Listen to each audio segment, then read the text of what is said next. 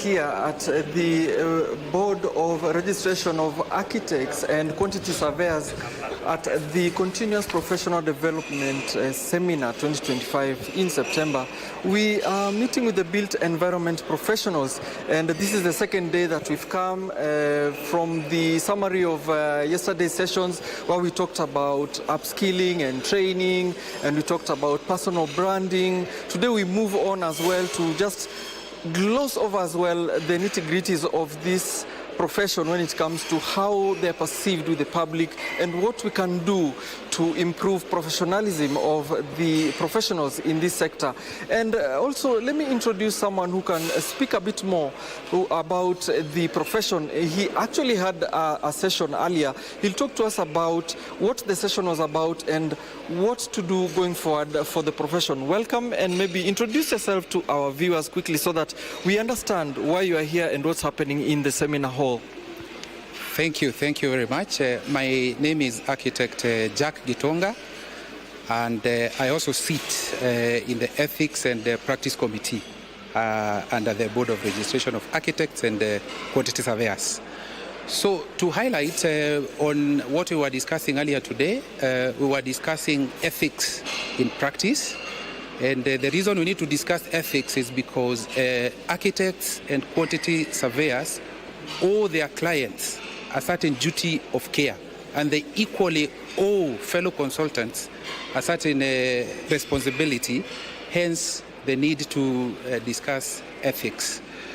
The board is mainly anchored on the Architects and Quantity Surveyors Act, CAP 525, under the laws of Kenya, and within that CAP and other subsidiary legislations, it is there's guidance on what architects and quantity surveyors ought to do to remain relevant in the industry, and also to be fair to fellow professionals, as well as to guide clients the right way in terms of design, function, as well as managing cost during construction.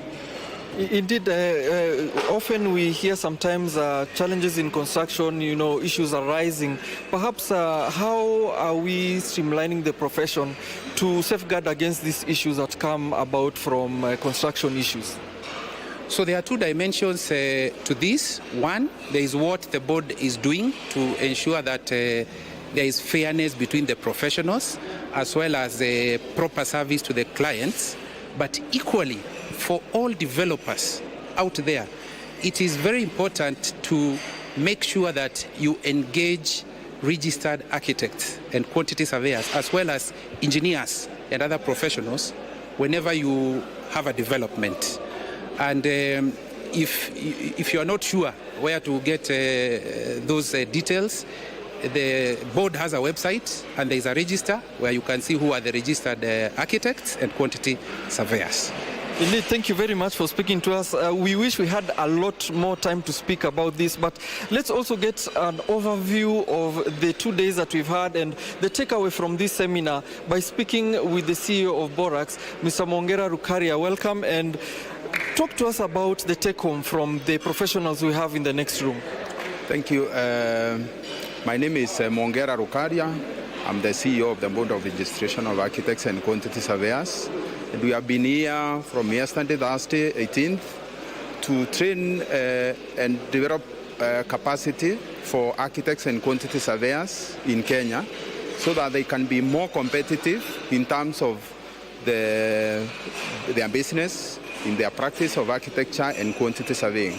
We have noted that we have a lot, like architects and quantity surveyors, we have a lot of knowledge on our business, but we also need to be empowered on other services when it comes to ease of making business.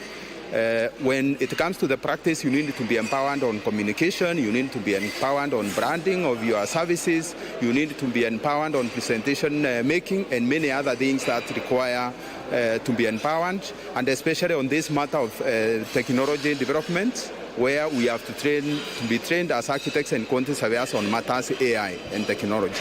One of the things that I wish to notify as, or rather to Kenyans, is that we need, as Kenyans, to make sure that we have engaged the right professionals for the right job, when it comes to matters construction, please ensure that you engage an architect, and ensure you engage a quantity surveyor, ensure that you engage an engineer so that your building can stand. And this way we are going to stop this matter of collapsing of the buildings. Finally, I wish to note that in Kenya we have capacity in terms of training. We have 5 universities currently in Kenya which are training architects, which is University of Nairobi, we have JKUAT, we have KU, we have Technical University of Kenya and Technical University of Mombasa. For quantity surveying, we have University of Nairobi again, and we have JKUAT, and we have Technical University of Kenya. And I wish to inform Kenyans, please, when it comes to training of the architects and quantity surveyors, those are the approved and qualified institutions for the training currently in Kenya. Thank you. Thank you very much for your insight. And Doreen, as you've seen, we've learned a lot about the profession. Many people would say maybe they don't know a lot about quantity surveyors and architects and what they do. But you've been advised, even you, Doreen, if you want to have this built-up environment around you or build a house, engage the correct professionals, and you can also look them up in the relevant websites. Back to you, Doreen.